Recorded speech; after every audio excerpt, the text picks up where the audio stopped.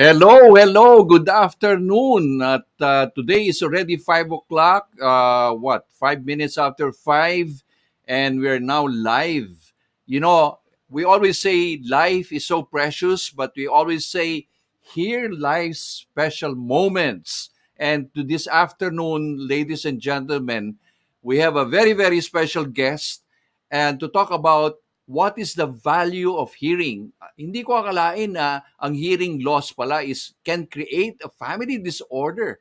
But before we go there, let me show you what this video is all about. So let's roll in the video.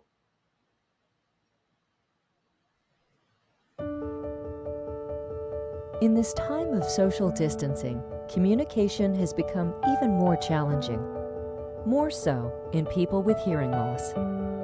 The new normal has made them feel even more isolated. In Manila Hearing Aid, we believe that the new normal doesn't mean accepting hardship as a way of life. We adapt to our customers' changing needs by reshaping the delivery of hearing care. We give our patients the freedom to choose the safest and most convenient access to hearing care solution, because changing times requires changes in the delivery of hearing care. From online, home-based, to in-clinic. For online and contact-free hearing care, online hearing screening, online teleconsultation, online hearing aid fitting, online payment and delivery, to online programming and assistance on the proper use of your hearing aid. For home-based hearing care, call our hotline number to schedule your appointment. Fill up the pre-assessment form.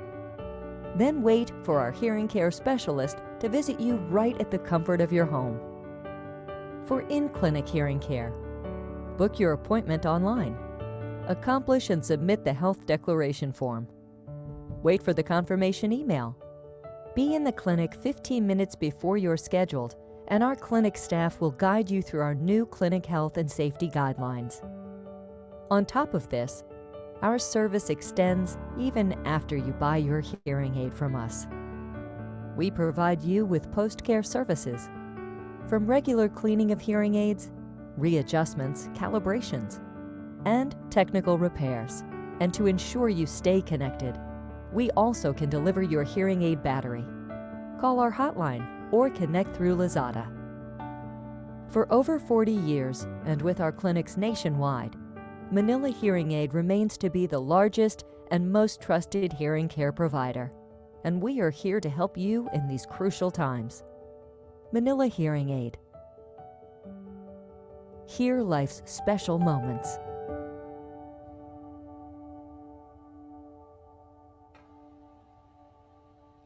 Oh, ayan, ang ganda ng tagline here, life's special moments. You know, we sometimes take for granted our hearing, but ang hearing pala ay ang laking value niyan.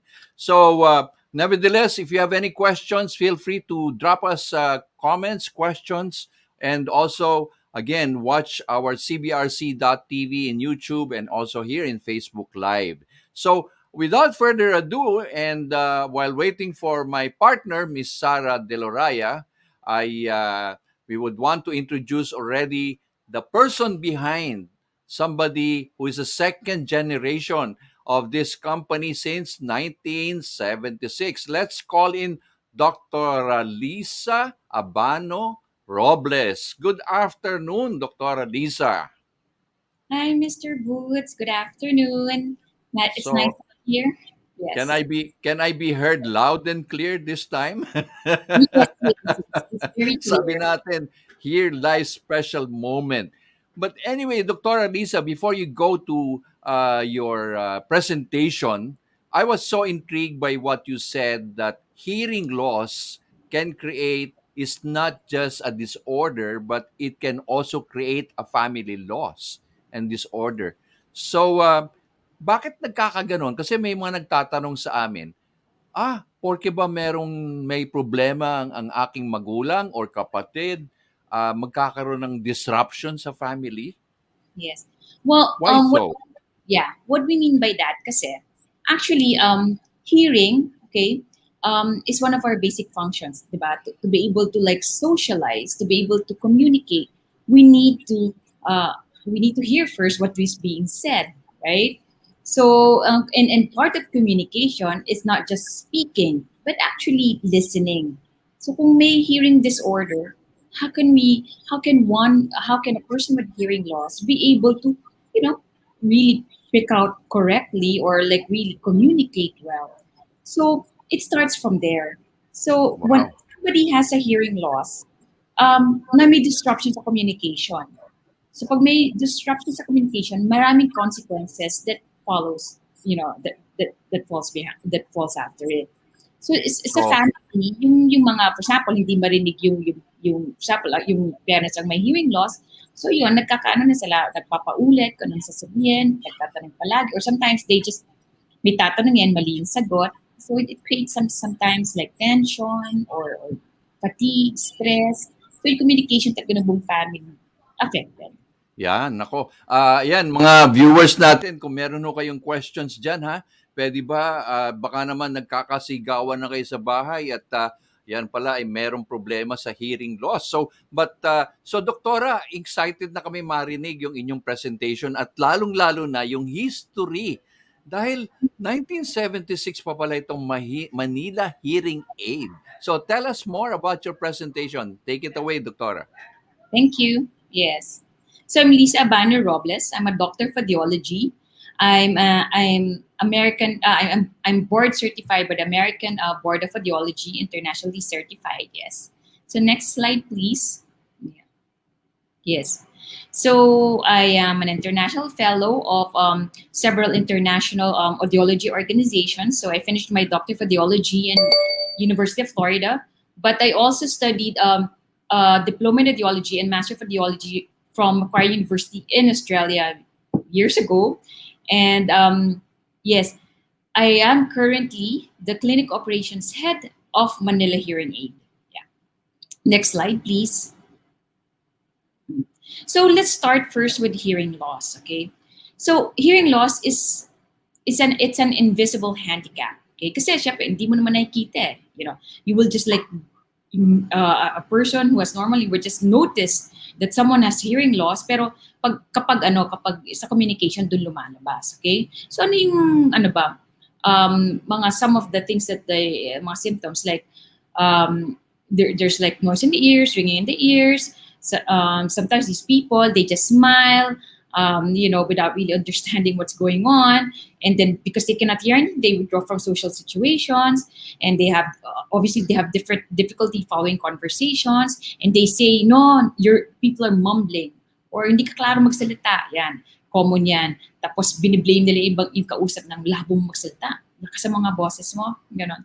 And a lot of them have a hard time hearing on the telephone or cell phone. So they also have difficulty hearing very soft sounds. Okay. Next slide, please. Yeah. So what are just some of the psychosocial effects of hearing loss? Like earlier, nung first na you asked me, why is it a family disorder? Like, why is it a relationship disorder?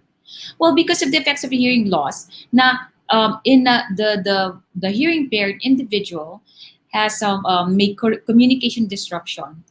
Ang result nito would be since they cannot hear well, minsan napapahiya sila, they tend to isolate. They also tend to withdraw socially. Instead of mapaya ako, tatahimik na lang ko. Yon. And because they have difficulty hearing, yung catching up with conversation at the normal loudest level, it's actually stressful. Yung nakikinig kang ganon. Ano ulit? That causes fatigue and stress. And we know that stress causes, it's a leading, it can cause other chronic disorders. Okay, and another psychosocial effect of the hearing loss is anger and tension, diba? Pag nagagalit sila kasi parang hindi lang yung hearing impairment na individual na, oy, hindi kita maintindihan o lakas mo boses mo, yung mismong kausap, ang kulit naman ito. Yung parang nice na ako, yung very frustrating yon. So there's also social rejection, and because of all these, like mainly because of that social isolation, withdrawal, the hearing impaired person can actually feel depressed. Okay. Next slide, please. Yeah. Also, some other consequences would be there could be some memory loss. Okay.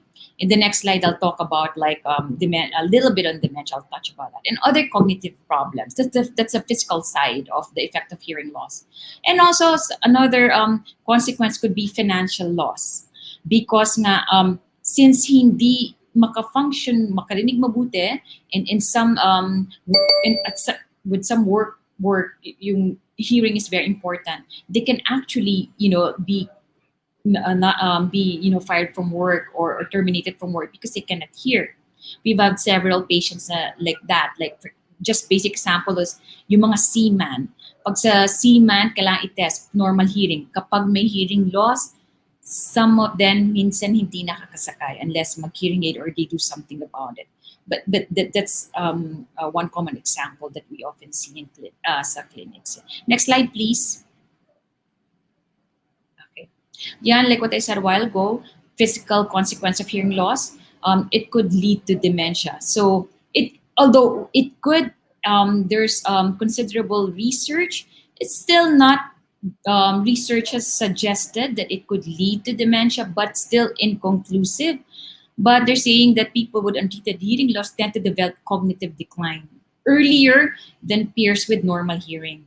Also, people with untreated hearing loss report more concerns about their memory than people did with normal hearing. So may effect talaga sa brain kapag hindi continuous yung stimulation ng auditory part of the brain. May cognitive decline as a result of hearing loss. Next slide, please. Okay, so again, this is what I said a while ago. Hearing loss is a family issue because of the consequences that I mentioned a while ago. There's a disruption in communication. So both the hearing impaired individual and the family, they feel frustration there. So may withdrawal na nangyayari. So it very common. We see hearing impaired people being brought by their family, and kadalasan it's this. Parang they feel so frustrated, with their communication. So marami consequences nangyayari. Next slide, please. Yeah. So here's where we come in. Manila Hearing Aid Center, in 1976, was established by my father, Dr. Abano. He did his training in New York, and when he came back here, shortly after, he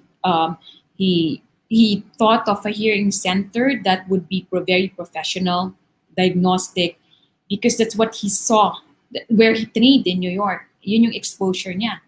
Na hearing loss has to be professionally diagnosed and treated, managed. Next slide, please. Yeah, so that's Dr. Abano, like back then, here in this picture on the left side is like the oldest clinic, and then on the right side is he's in Denmark with one of our long-term suppliers, and then here in the middle, this picture was taken just like last year for another video, a legacy video that we did. Yeah. Next slide, please. Yeah. So the most visible part of the company is the Manila Hearing Aid retail clinics. So you see this in several malls around. And we do audiological, or audiology is the science of hearing. So we do audiological tests. Then after that, kung may hearing loss, and then we do hearing care consultation. We prescribe the best, not the best. We prescribe the recommended hearing aid for them, and then we do, of course, hearing loss. It's not just like you fit the hearing aid, goodbye, okay, yeah. But there's a lot, like there's counseling behind that. There's post-fitting issues that can occur with hearing with hearing aid fitting. So that's very important. And also we also talk about strategies on how to hear well. We do a lot of counseling, and then we make sure that our hearing aid fitting is according to the hearing loss. There's a prescription for that. Okay, there are many hearing aids in the market right now, some on the internet na very cheap, but it's not usually fitted according to the hearing. So parang salamin yan, may grado. Okay, next slide please. Yeah. So in the video that you saw, so that's how we are now. Because of the new normal, we had to change the way we deliver hearing care. So we have three ways where you can come into the clinic, like this, the usual way, traditional way, from testing to fitting of hearing aid to post sales, and then we can do it already now, like remotely or via online. All right, because right now it started sometime last year, wherein hearing aids can now be remotely or fitted, adjusted online. So that was the manufacturers, the suppliers, like really perfected that last year because of the pandemic. And then of course we have a lot of, also we do home service hearing care. Okay. So next slide please.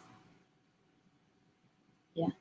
Um, so aside from that, the retail part of the company, Manila Hearing Aid over the years like evolved. Like now, for several years now, we do hearing conservation programs because workers, okay, industrial workers or in factories, or I mean in this seaman, yung mga barko, okay, do shipping, they're noisy. They have noisy machineries. Some manufacturing factories also, they have noisy machineries that can damage. Noise can damage hearing.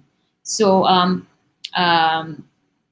many companies have adapted like hearing conservation programs. So we test the hearing of their workers. We do yearly hearing tests on them, just to be sure that well that alarm, like the noise from the machineries, and how if it's affecting their hearing or not. If it's affecting their hearing, then what should be done? Okay. So as you can hear, that is our van. We have a mobile hearing test van. Okay, that go to factories. Okay. Next slide, please. Yeah.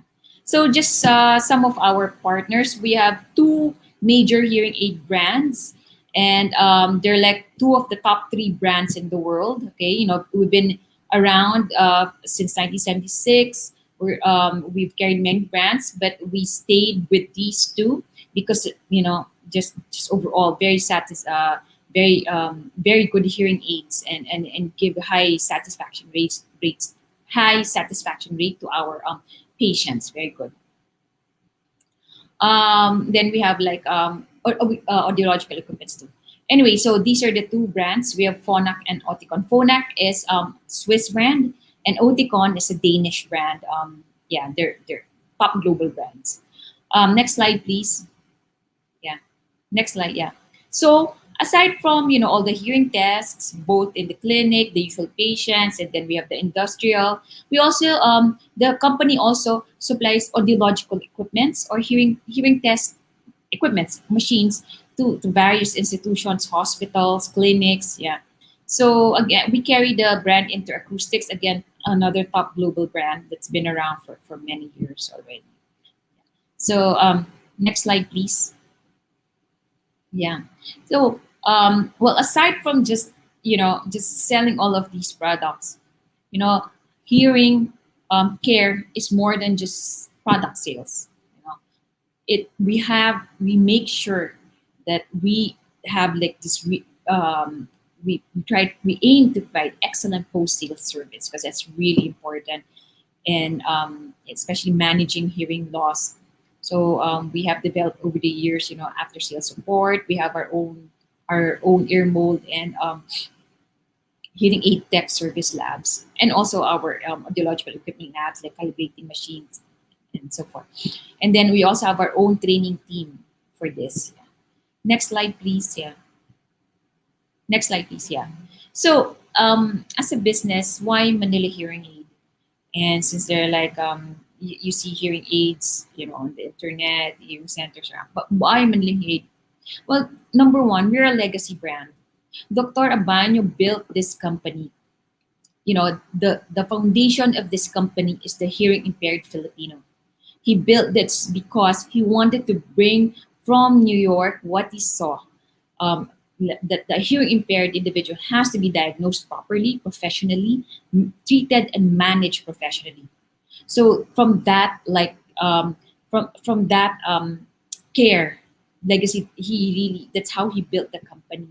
So that's what we're trying to impart in the whole Manila Hearing Aid family. Okay, from not just from our frontliners, the fitters, the receptionists, the clinic people, no, even to the back support, to the audiological equipment sales team. Always think of the hearing impaired. The always think of hearing care. You know, um, so that is our trust, because the foundation of Manila Hearing Aid is the hearing impaired Filipino. So through years of experience, Manila Hearing Aid has crafted the art of hearing care. You know, it's not just like selling a hearing aid, selling product, put it here. No, it's not that. There's a lot. There's like a lot of counseling involved, talking, understanding the needs of the patient, the hearing impaired Filipino, but at the same time the family. You know, we just do not recommend any hearing aid. We recommend the hearing aid that is based on the lifestyle and the needs of the patient. Okay. So yeah, so Dr. Abano's legacy to the Filipino hearing impaired community remains the same and will always be, and that is um, excellent, you know, hearing care for the Philippines. Yeah. Next slide, please. So that's our tagline here. Through our brand key points, okay, Manilang Aid, living the legacy of Dr. Abano. The hearing impaired Filipino is the foundation of this company. Um, when you serve your patients, do it with heartfelt care, and we aim to provide like total hair care solutions. So if we always have this in mind, okay, that the Filipino hearing impaired, the end goal, if we always think about heartfelt hearing care, the end goal for the hearing impaired Filipino is to hear life's special moments. Um, I think that's the end of my slide. Thank you. Yes, yes. Amazing, amazing. Tama-tama, nandyan na po ang ating president, si Ma'am Sara De La Raya. Yan na ho, ipapasok. Ma'am Sara, good afternoon. How are you? Yan, mukhang nasa session ata si Ma'am Sara. Medyo narinig. Anyway, um, but going back to that hearing loss, ano ba ang mga age levels that you now see? Because, because of this work from home, study from home, everybody seems to be wearing their own headgears. What prevention can you more or less suggest, especially to the parents and the kids who are wearing all these gadgets all around? What can you suggest? Because I realize now that hearing is such a big essential part of our life, di ba? Yes, in fact, here when we had lockdown last year, we didn't. We were like surprised that people were calling us because then we realized that Manila Hearing Aid is an essential essential how they say this, essential, we're in the essential category, like we had to open, we Yes. had to like, really continue our services because nga, well, hearing is essential, like, and during the lockdown it was so important for people to communicate. Anyway, back to your question about like ano yung advice na palagi naka-headphone, earphones yung mga bata. My kids are like always naka-earphones. Then I always tell them, no, uh, rest your ears talaga. I tell my kid, I have two children na nag-online school. Sabi ko, palitan sila.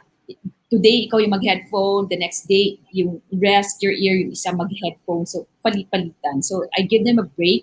And also, another way that you can check if the child or anybody, for that matter, if their earphones or headphones are too loud for their ears. Kung for example, kinakausap mo sila at a normal speaking voice, and they can understand you pa, and respond to you normally, then the sound volume is acceptable pa. Pero once pag nakita mo, kinakausap mo at a normal speaking voice, tapos hindi sila nag-respond, ibig sabihin malakas na yung earphone sila. So that's a good good gauge. Hindi mo masasabi talaga sa dial kasi iba-iba yung output ng dial ng headphone, earphones. But would you be able to say there are a number of cases now rising because of a lot of even the young people are getting medyo na naghi-hearing loss na imbis na 100% siguro mga what 60-50%. Yan na po si Ma'am Sara at alam mo na ito, yung ating presidente ng ating PCCIQC ay everywhere. Ma'am Sara, good afternoon Hi, good po. afternoon. Meet Dra Liza Abano Robles of Manila Hearing Aid. Yan, yan. Hi, Doktora. Thank you for guesting. Yeah. Hello. Yeah. Nakahapon Ganda. ako partly. Nanood ako sa Facebook kasi inabutan lang ako ng yung seminar. Yes. Pinag-uusapan namin, Ma'am Sara, ang tungkol sa hearing loss is so essential pala talaga sa buhay dahil, I mean, it can affect your life, it can affect the family, plus the fact na yung mga bata ngayon, Yes. mga naka-gadgets, paano nga ba talaga maiiwasan? And Dr. Lisa was saying that if you can talk to them in a normal voice and they can still hear you, manageable pa. Hindi pa pala yung volume lang. Ganun ba yun, Doktora? Yes. Oo. Hindi lang sa volume. Basta ang good gauge is, kung naka-headphone sila, earphones sila, tapos kinakausap mo your normal speaking voice, okay? Hindi ka pasigaw or basta normal lang pag-usap at a certain distance, 1 meter, they're responding normally, then it's a good gauge na safe pa sila. Pero pag nakikita mong nagpaulit or nag-squint yung mata, then it means it's too loud. So I always tell that to my children, because I know Okay. I always also tell them that, if you damage your hearing because it's of new loud music and headphones and all that, it won't come back. Yun. Ang ganda ng negosyo nyo kasi marami kayong natutulungan. Imagine, Yeah. kaya nang hindi ka nakakarinig, di ba, ng maayos, Sir Butch? Yun ang talagang, si Dr. Abano talaga, he really started Manila Hearing Aid with that intent of helping yung hearing impaired Filipino. Yeah. So, yun yung legacy niya sa So, but what made Dr. Abano, your father, come up with this thing about audiology? What was his main purpose when he came back from New York? Yeah. Kasi when he came back from New York, well, yung father niya mismo, my grandfather, had a hearing loss. So he was looking for that hearing center, that hearing service, audiological service that he saw in New York, and he couldn't find it here. So then he thought, put up his own hearing center here that that he want like the one that he saw in his training. He actually brought in an engineer from abroad, a speech pathologist from abroad, and a audiologist also from abroad to help him set up. So yung maganda bang way of having like for example entrepreneurs, no? Marami tayo dito mga MSMEs, mga entrepreneurs. Would you advise that entrepreneurs go also for a checkup, or how often should they check up? Because sometimes we may assume, but yet we have a hearing loss or imbalance na. What would you recommend, Doctor? Again, pag may hearing loss, no? How would you know? Like, for example, if I am an entrepreneur, I'm working in a factory where a lot of noise, masyado maingay, and all of a sudden, how would I know that I have a hearing loss problem? Will there be a checkup that I should go to every year, or how often should I do that? Okay. Well, first, I'd like to say something about symptoms of hearing loss. Number one, like kung paulit-ulit mo pinapasabi sa kausap mo, na can you repeat what is being said? Pag malakas yung TV mo, usually yung kasama mo sa bahay sinasabi, lakas ng TV mo, or lakas ng cellphone mo. When you're like, on the cell phone, and then you can't hear, then lalakas mo palagi, yun. If people are like saying something tapos they're like mumbling, yun, kadalasan ganun yung lola ko dati lagi sinasabi, ang bilis mo magsalita, hindi ka maintindihan, lakasan mo boses mo, but I was just speaking in a normal voice. So yun yung mga symptoms. Kadalasan nakakapansin talaga yung the family first, the family napapansin yun. Yeah, and then just go to, like, because in our hearing centers, our people are trained, very well trained to diagnose hearing loss. And if they find something, they usually, we do the right referral. Our people are trained to do the proper, like, referral management consultation.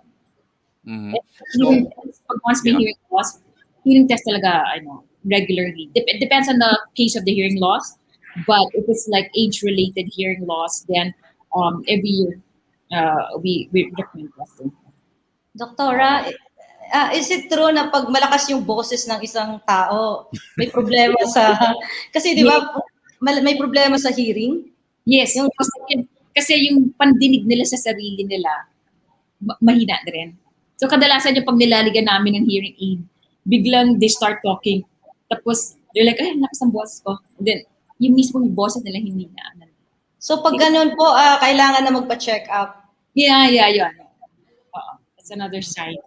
So, Nako, Ma'am Sarah, papaano yan pag nami-meeting tayo ngayon yan eh, malalaman natin kung sino yung malakas ang boses at sabihin natin, punta ka sa Manila Hearing Aid, magpa-check up ka nga.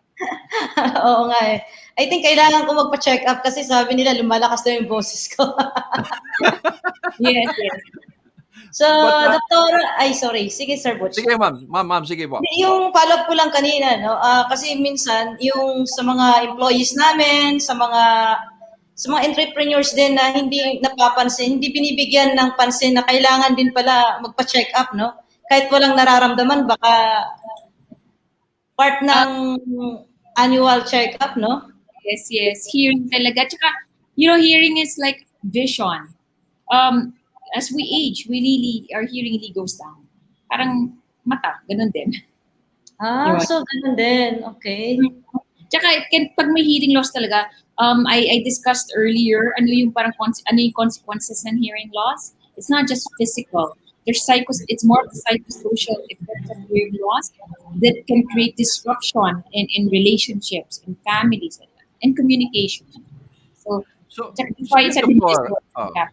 doktora, yung mga occupations ba ng mga hazardous, would you say, ano yung mga occupation na dapat talagang, siguro marami tayong mga nanonood dito, ano yung mga occupation na dapat mag-ingat sila kung nandun sila sa ganon? Ano mga occupation yun? Yung parang at risk sila of hearing loss. Oh, definitely anybody who works in a noisy place. Marami sa amin yung mga seaman, yan. Requirement na yun sa kanila. Seaman, sa factories na maiingay, yung manufacturing companies, like the machines kasi are noisy. Also,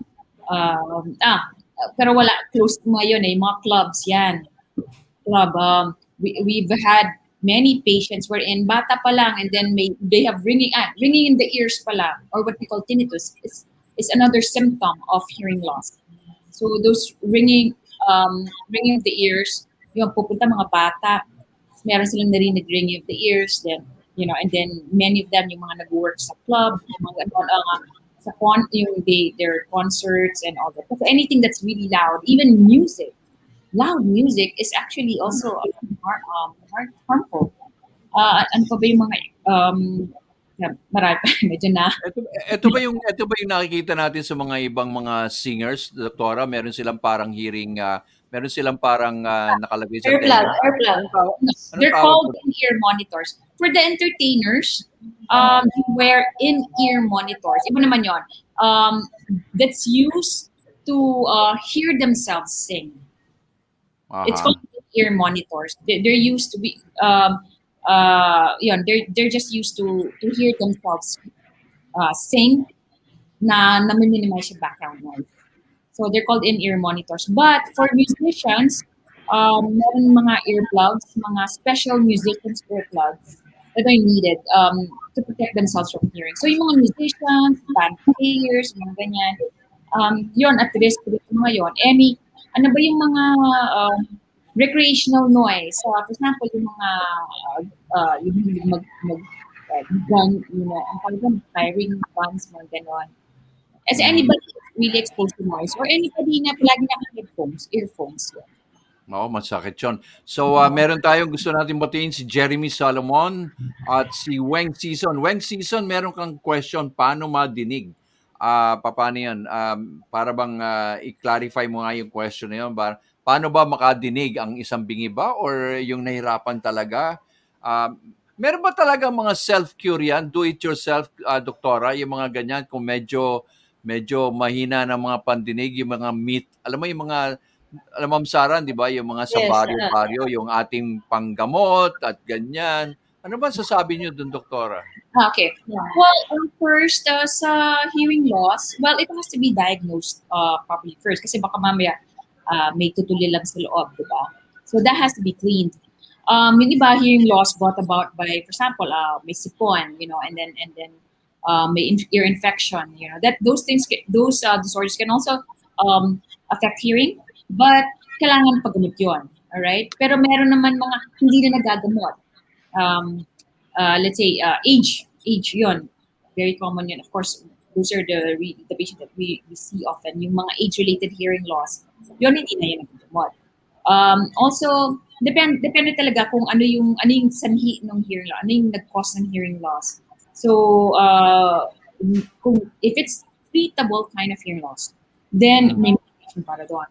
But if it's not treatable anymore, and two number one examples would be age-related hearing loss. We will all lose our hearing, sorry, but we will all lose our hearing, just like our vision. Hindi na yan. And the other one is noise-related hearing loss. So that's why individuals or people, children and adults alike,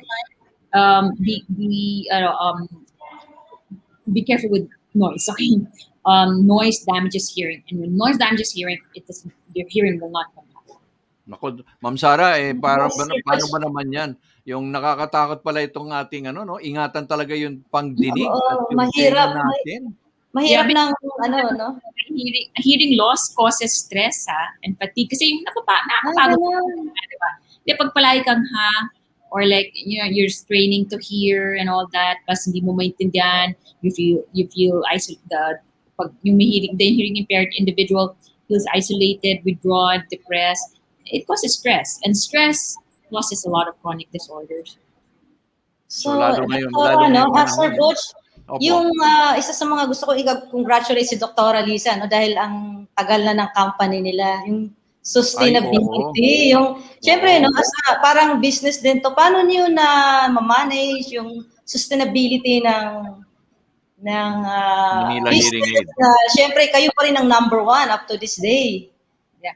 Well, because also we try to inculcate in our employees, the whole Manila Hearing Aid family, that whatever you do, you think of the patient.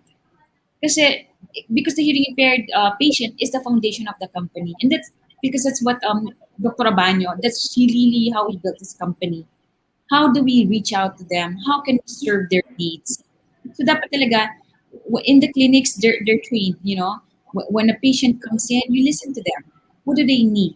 It's not because, we just sell them hearing aids. No, it's not like that, because hearing loss is more than just like a physical disorder na kailangan ng isang gadget na ilalagay mo dyan. No, there's a lot of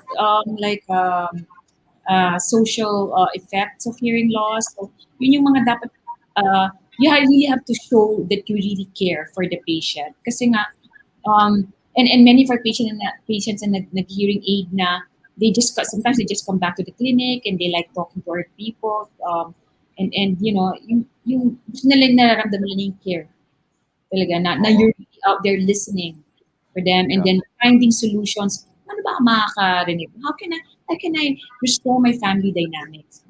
Yung sabi ni Victor Campos, salamat po raw sa Manila Hearing Aid, tinutulungan po nila ako makarinig. Naku, ang sarap pala makarinig. Ayun, syempre. Alam mo, ang sarap ng gano'n, no? Pero Ganda, doktora, isa sa mga nakita ko, dahil second generation ka na, ilan ang involved ngayon sa pamilya dito sa Manila Hearing Aid, doktora? Yeah. Right now, we're 4 siblings. All of us are involved. So my eldest sister takes care, looks after the finance part. And my older brother is an ENT, an ear doctor. So she, of course, Doctor. because we need a medical director. in the company. And then of course I'm a doctor of audiology, taking care of all the hearing part. I mean the audiological training, and making sure that our people are like, you know, really basically trained well clinically, and also especially in how to care for the patients. And then So, also, and then my youngest brother's the technical part, more of yung mga labs, the labs part, mga technical equipment, mga ganun. He takes Pero care of so it. Sir ang Butch, ganda isang pala ng team pala talaga sila, no? At least sila actually yung ang ganda ng work nila, no? They all oo. related, ah. At saka Ah, yung core ng business, sila mismo yung nag-handle. Kasi kung Mm. hindi, buti sila mga medical doctor din na specialized doon sa hearing. Yun ang mga Yeah, advantage sa kanila. So yung yeah, yeah. sustainability ng business, sigurado. Kasi oo, pag nag-hire ka lang, ikaw nag-create ng clinic or ano, at pag nagsipag-resign yan, ang hirap i-manage. Yeah, yes. eto talaga. Pero dapat talaga, sa lalo with our business, dapat talaga ang mindset ng employee is taking care of the patients. Yeah. Yes. Yeah, and Caring ka rin. I understand, Doktora, marami kayong matatagal na mga staff na who really have stayed for long. Yes, Uh, yes. ano sikreto? How can you make people stay that long despite even this pandemic? Well, also taking care of their needs. So my parents would always say, if you want to take care of your patients, take care of your employees first. So making sure that their needs are, taken care of also, and making them feel important. And then, because now if you care for them, then they will also care for your patients. And you have to make them Yes. understand that the foundation of this company is the hearing impaired patient. Ah, Um, okay. how, yeah, making them feel important, appreciated, yun yung mga key points. Magandang lesson 'yan, Ma'am Sarah, ha. You treat Yes, first yes. your people so that your people will treat your customers, 'no? Ang ganda, 'no? May internal Oo. customer at external naman, and Tsaka that's a full circle, ah. siyempre Sir Bush 'no, yung mga employee natin sila naman ang nagpapalaki talaga ng business, eh. That's 'Pag why Exactly, maganda yung exactly. customer service. yeah, I always say, Manila Hearing Aid family. For me, for us, that's a better term than So Manila Hearing employees. Manila so Hearing Aid family. sino po ang pinaka-longest at pioneer diyan na nandiyan pa rin hanggang ngayon, nagtatrabaho po sa inyo? I think he's like 33 years already. We have Ay, Miss Pierre. She is our senior clinical manager. I'm proud to say she's probably the best hearing aid fitter in the country. My gosh. So yan, wow. Ma'am Sara, Yan. ha. Si Ma'am Yun Sara Sir kasi Bush. nasa manpower development siya, Ma'am Dra Robles, Ah, no? ah, ah. So yan kailangan yan. Siguro dapat pa-test mo na rin yung mga tao mo, Ma'am, sa I think so. So, oo. doon naman sa mga clients namin, Sir Butch, na mga maiingay, record yung maglagay ng air plug. So, kasama siya sa mga PPEs. Pag maingay ang area, pinagsusuot namin ng mga air plugs. Aha, very good. At tanong din ni Jeremy pa, meron ba self-diagnosis bago pumunta sa Manila Hearing Aid? Meron bang ganon? Meron bang pwedeng mag-self-diagnose? Let's say like, tatakpan ko yung tenga kong isa o ganon bago ako pumunta sa Manila? Self-diagnose, it well, they can like just look out for the symptoms. We do have a hearing screening. If they go to our website, we have a hearing screening test doon. So it just parang screen lang naman, screen, and then somebody from pag once na masabili yung result ng hearing screening test na yun sa website, somebody will call them, talk to them about it. Yeah. Galing, So, galing. Doktora, Sir Bush, ano lang ako, kung yung pinaka, para sa mga nanonood sa atin na siguro wala, kulang sa budget, more or less, magkano ho ba yung pinaka mura na gadgets na pang hearing aid na pwedeng na nilang ma-avail? Yeah. Kasi ang hearing aid talaga, depende yan sa lifestyle ng pasyente, that depende yan sa needs, will depende sa hearing loss. Yeah, so that's why yung price really depends on various factors. Pero kung pinakamura, kung pinakamura namin we have about 11,000-12,000 pesos. Then So, patas, malaki ang So- price range because nga depende talaga yan sa pangangailangan ng tao. Tsaka sa Okay. So, lifestyle siguro. kaya ng gawa ng paraan yan para dun sa may mga problema sa pandinig.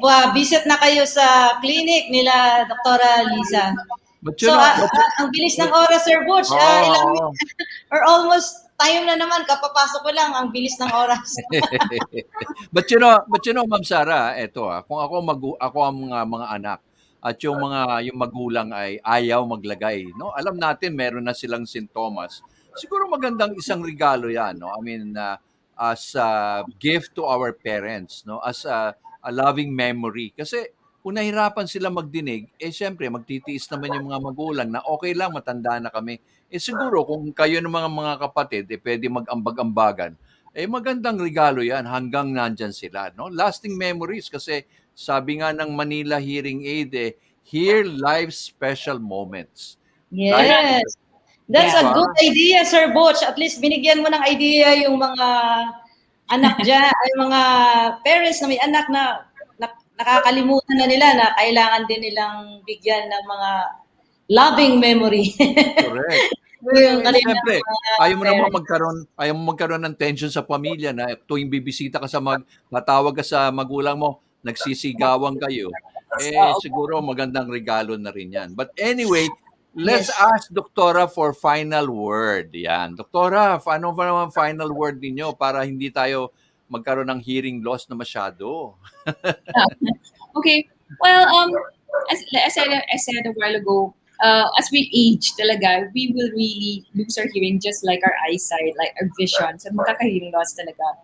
But well, while we still, in a way, while we're still young, at least protect our hearing from noises, from loud noises.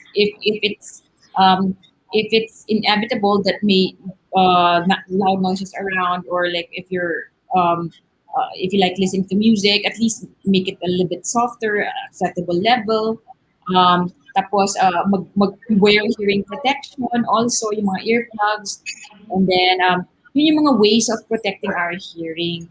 But then later, Yan. we will lose our hearing. And, we have, if we don't want hearing loss to add to your stress, to add to the fatigue and all those psychosocial effects of hearing loss, then have a consultation.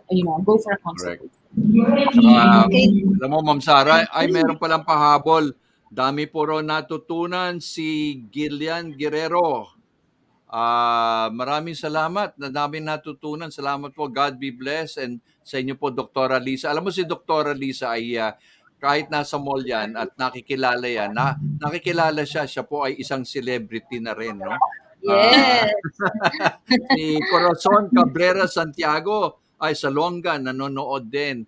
Yeah. So, Doktora, maraming salamat at I'm sure marami tayong na-share na sana take care of your hearing because your hearing cannot be transplanted. Wala naman transplant ng hearing aid. No? Yes. Ano, Agree no? ako dyan, Sir Butch. Cochlear implant. That's something else. But cochlear implant. You implant that inside. Ako, mahirap yun, magastos yun.